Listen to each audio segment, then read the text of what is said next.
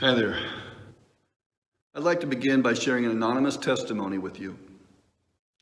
Young man says, I came to Christ at a young age. Grew up in the church, but there was always a dark side to me. I began feeling guilty in high school, but learned it was better not to talk about it. I thought I needed to figure it out on my own, just Jesus and me. When I was 21, I attended Bible school in Austria and later entered full-time Christian ministry. I brought my pornography addiction with me. I lived two lives, and my shame started to grow.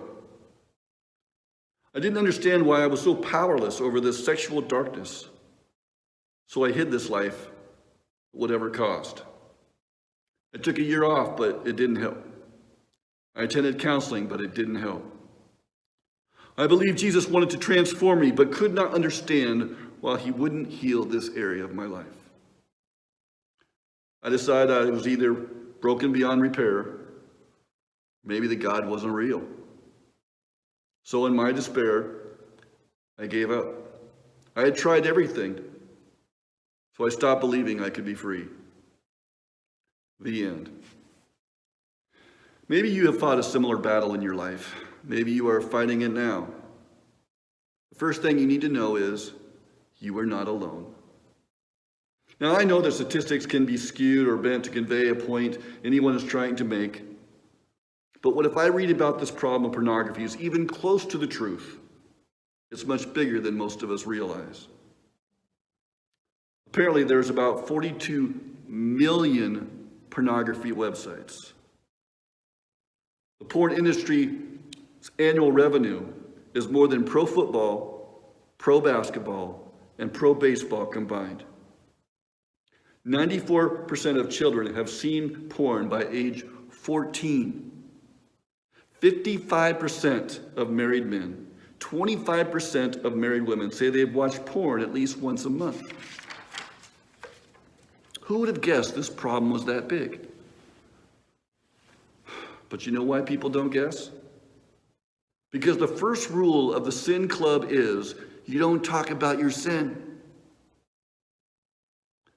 Now, I realize during this difficult time in our world, this sermon series could just be adding more fuel to the fire. It can just get you even more depressed. So why am I going there? Well, there's a number of reasons. I've been reading the book of Romans. And if you read the book of Romans, it kind of bounces you back and forth between the good news and the bad news. From the good news to the bad news, and the bad news to the good news, back and forth. It's like you're singing the blues one moment, and then you're bursting into praise the next, and then the next moment you're back to the blues. Both of these styles are represented over and over again in that book of Romans. Now, I knew if I was going to talk about sin, I wanted to be real, honest. Let's not gloss over it. Let's get up close, personal. Now, I also thought this could be a series that could resonate with a number of people out there in the cyber world, since we're not meeting together. This is for people who go to church. It's for people who never step in the doors of a church. I also wanted to deal with a problem that's probably on the rise during this time of quarantine. I read that the Pornhub reported up to a 25% increase in viewership in March compared to average Marches. Now, while pornography is a huge issue in our world, for some it's different. They're not turning to porn sites, but they're probably watching a video, maybe even on Facebook, that's showing a little bit more skin than one normally sees. We are made to like beauty. Hormones can be a wonderful thing. Well, one moment they can, and the next moment they're a terrible thing. But we have to realize everything we focus on can affect us. Every image we see can be saved into a file in our brains. Most people start out pretty innocently, really. But the problem spirals downward, one temptation leading to the next. People who give in to the temptation and to view pornography say there are three major triggers at work. This might be true of all sin in general. First of all, you must have the opportunity, which means you have easy access to it. Well, we live in an age where porn is only a couple clicks of your phone away. The second trigger is isolation. Well, this virus has made isolation more the norm than not. For many of us, there's less to do. There's no sports. For some people, there's no jobs. For others, there's no school. It gives many more people time to be alone and time when they're bored. Now, the final trigger is a mental justification for viewing it. All the lies we tell ourselves, really. Now, I won't go into all the reasons, but I can tell you that if you do your research, honest research, you will see why it can wreck your life. Now, you may be thinking, okay, Pastor Dan, we get it. But so far, you just keep singing the blues. I want to hear something joyful. Yes, I understand. In fact, one of my first sermon series I ever did at this church was called Come On, Get Happy. You know, I played the Partridge Family song before each sermon each week. Just be patient with me a little bit. I'm getting there.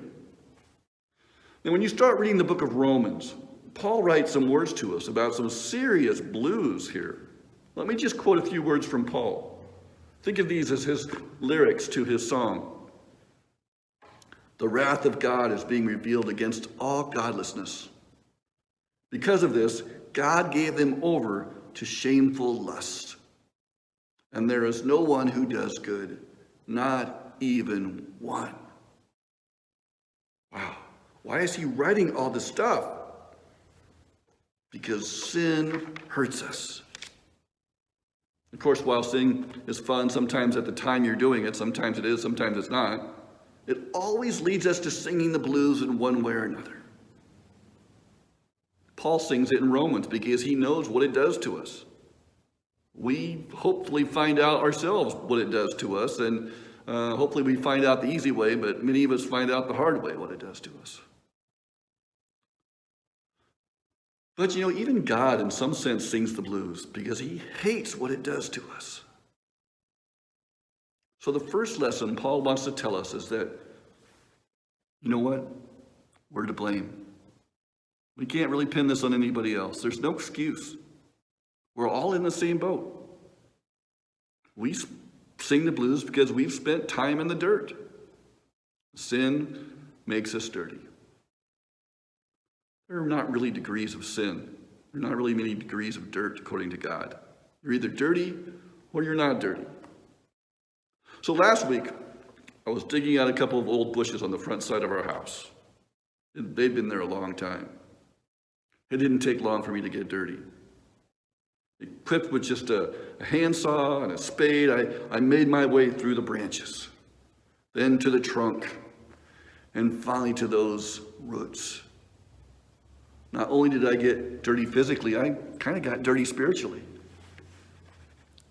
These roots robbed me of every ounce of physical power I had. These roots robbed me of every ounce of spiritual power I had too.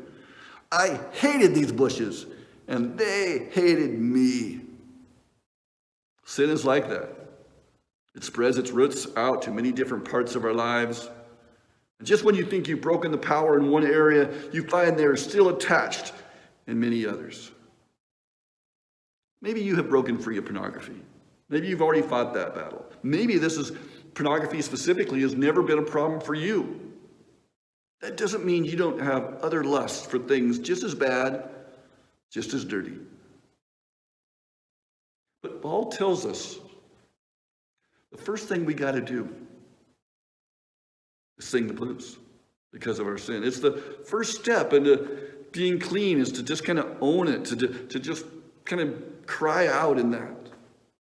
And you can't sing the blues when you're not really blue. I mean, you can try, but it's not going to be the same.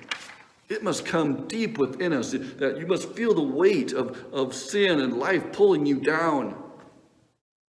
And you can't really do anything to fix yourself. It just seems like you're stuck. All you can do is just cry out for mercy. You don't deserve mercy, but you cry out for it anyways. I want to invite you at this point. I'm going to Actually, I have two parts to my sermon. So this is the end of the first sermon. And I'm going to have a video come on, a YouTube song I want you to listen to. And it's going to be a blues song. And I want you to sit there and I want you to listen and think about your sin. And kind of be in the blues with it, okay? But you'll start to move slowly as you hear the words of the lyrics towards moving a little bit to praise too, because you're going to be encouraged to lay those burdens down. Lay that sin down at the cross.